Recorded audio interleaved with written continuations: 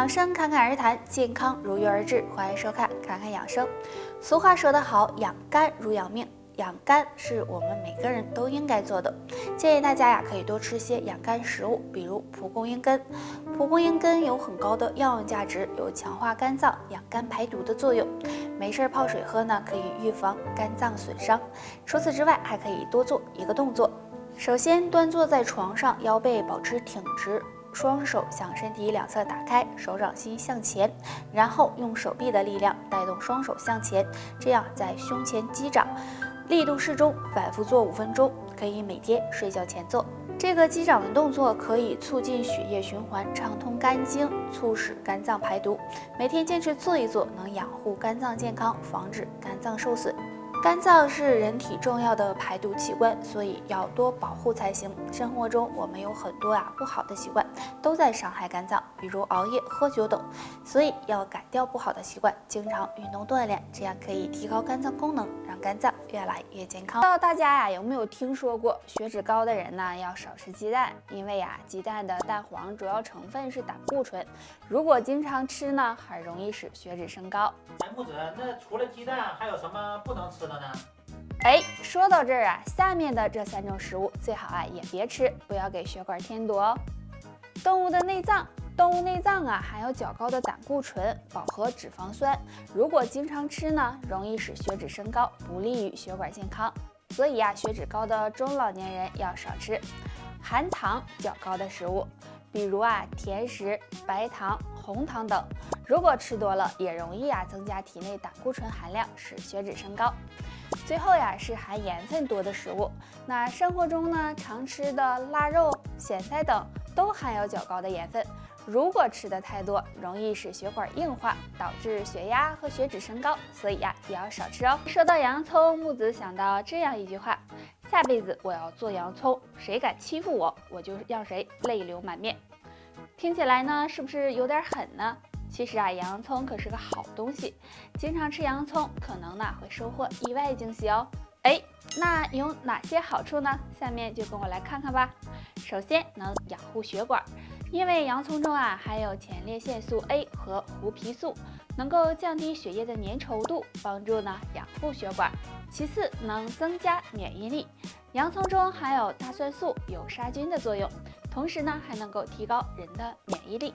最后能够促进消化，洋葱有很强的刺激性，能够刺激消化液分泌，从而帮助增强食欲，促进消化。但是有2类人是不适合吃的哦，那就是肠胃不好的人，还有对洋葱过敏的人。大家好，我是你们的好朋友木子，欢迎收看侃侃养生。今天我们要聊的主题是早上起床后，双手若是出现2种异常，可能是提醒你血脂高了。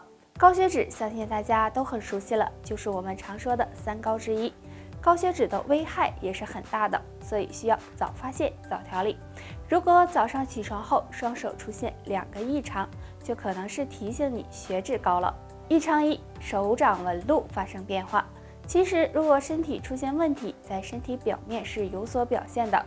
若是血脂高了，我们的双手掌中指根部的掌纹可能会出现十字、井字或者是星状的掌纹，大家注意观察。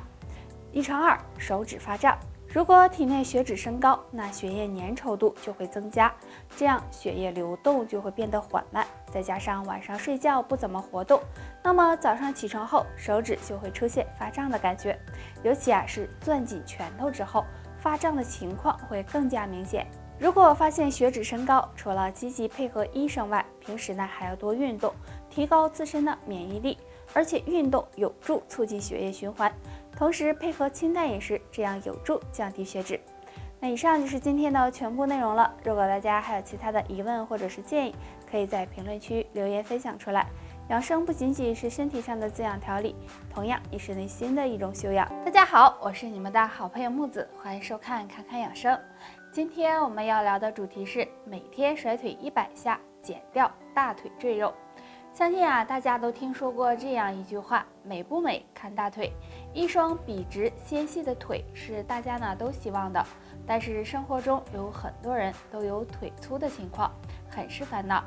那下面教大家一个简单的动作，可以帮你减去大腿多余赘肉，自然站立，全身放松，一只手扶墙，腰腹收紧，抬起左腿，大约呢与地面呈45度，然后将左腿小腿尽量的弯曲，弯到极限，再用力的向前甩去，直到不能甩为止。甩的时候要用力，注意膝盖有伤的人最好不要甩。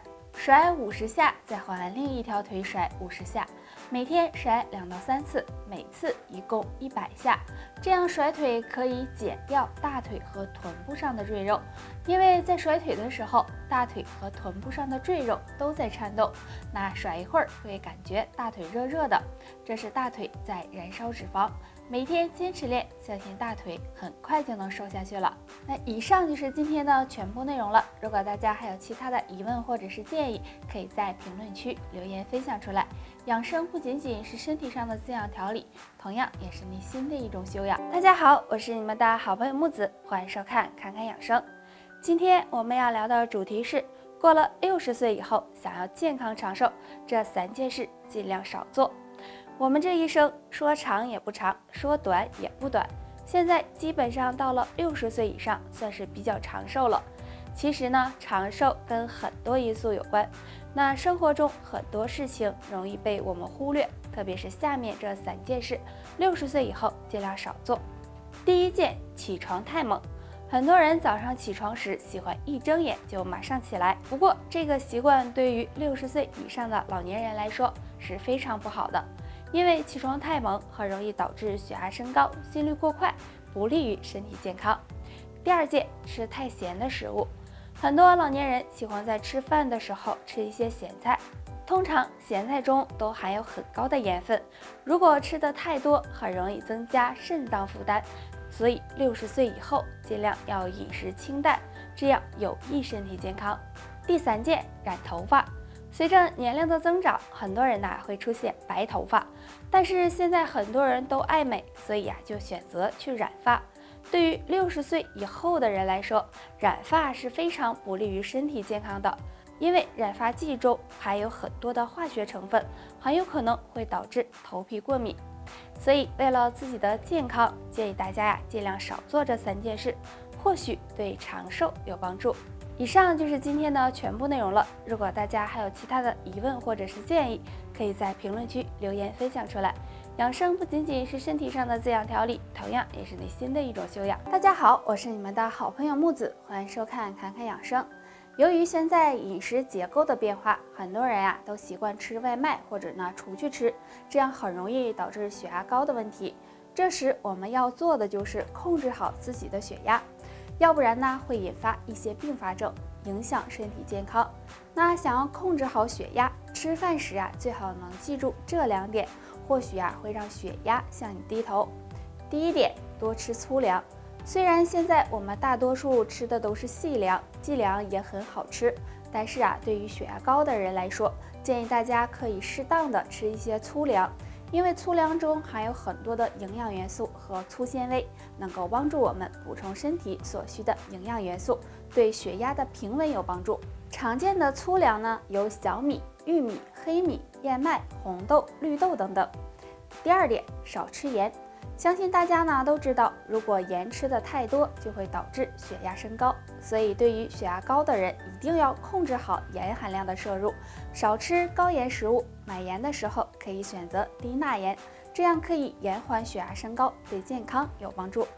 如果大家吃饭时都能够注意到这2点，或许就能够帮助我们稳定血压，避免高血压出现，对身体健康也是非常好的。